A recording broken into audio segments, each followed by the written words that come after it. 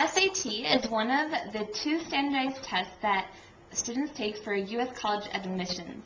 There are a lot of aspects to understand about the SAT, and I'm going to give you 8 tips on how to do better on the ACT. The first tip is you just need to simply understand what the test is. The test is made of 3 parts: critical reading, writing, and math. Each of those sections has subsections, which you can look up online, and they each consist of a different amount of time. The critical reading is 70 minutes, as well as the math section, and your writing section will be 60 minutes long.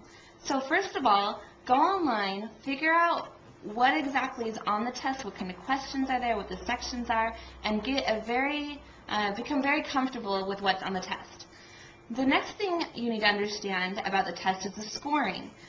Each section on the SAT is scored out of 800 points.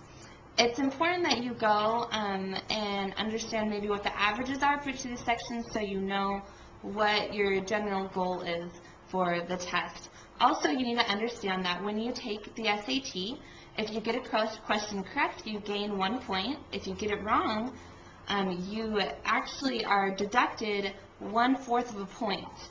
And if you don't answer it at all, you receive 0 points. So those are the main parts of the test that you need to understand.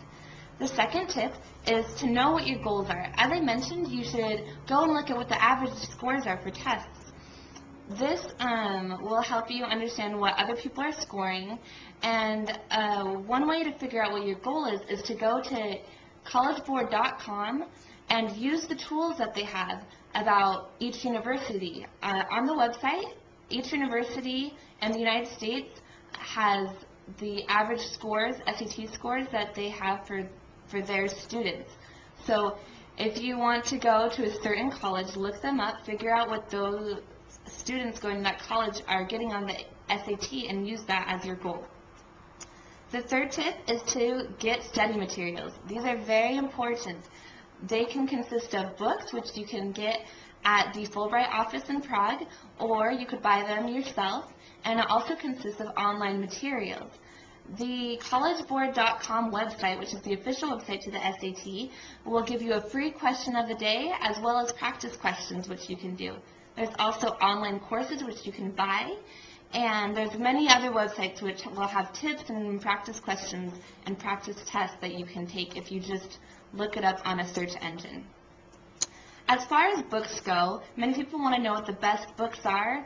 There's no official list of the best books. However, we've heard from many students that Barron's, Kaplan, the official SAT guide, and the Princeton Review are some of the best study guides.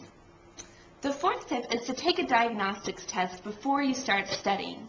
This is very important because if you take a test before you start studying, you will know what your weak area is. So if you take the test and you see that you did really bad on math, and to get the score you want, you need to do better, then you know that you can build a study plan around the math section.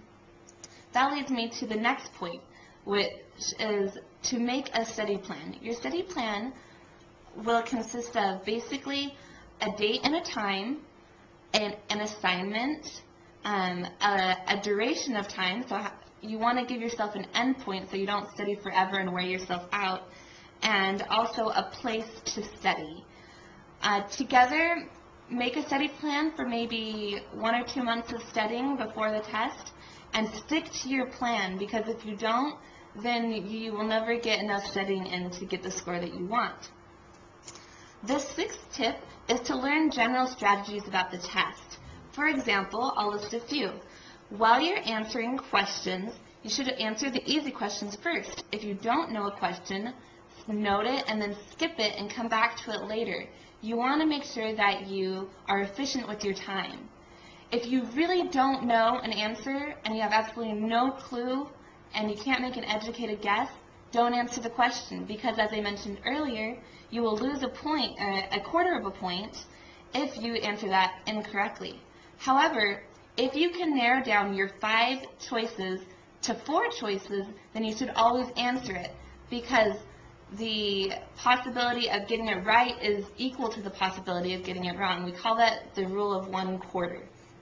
So that's kind of a general guide when you're answering questions.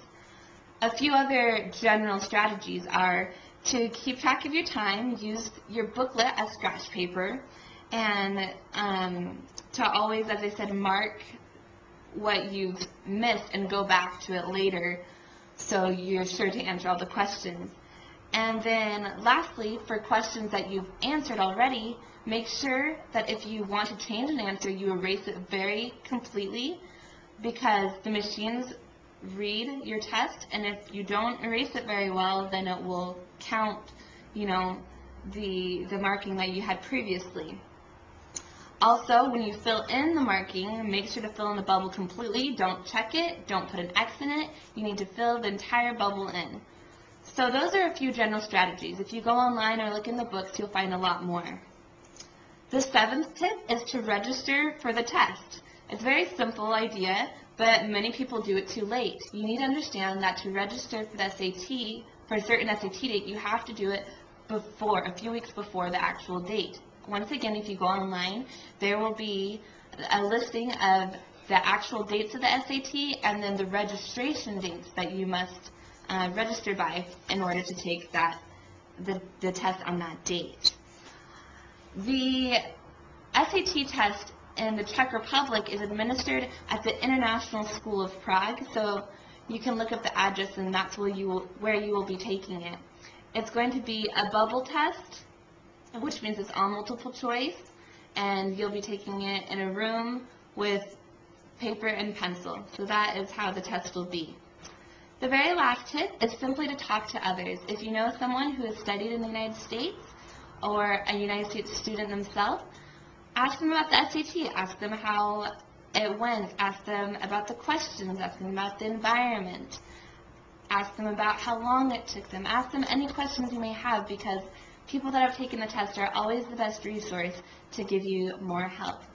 If you want to find out more information, more tips, we will be putting a handout and a presentation on the Fulbright.cz website. And once again, you can always refer to any books and online materials, and there is plenty of information out there that will help you do very well on the SAT.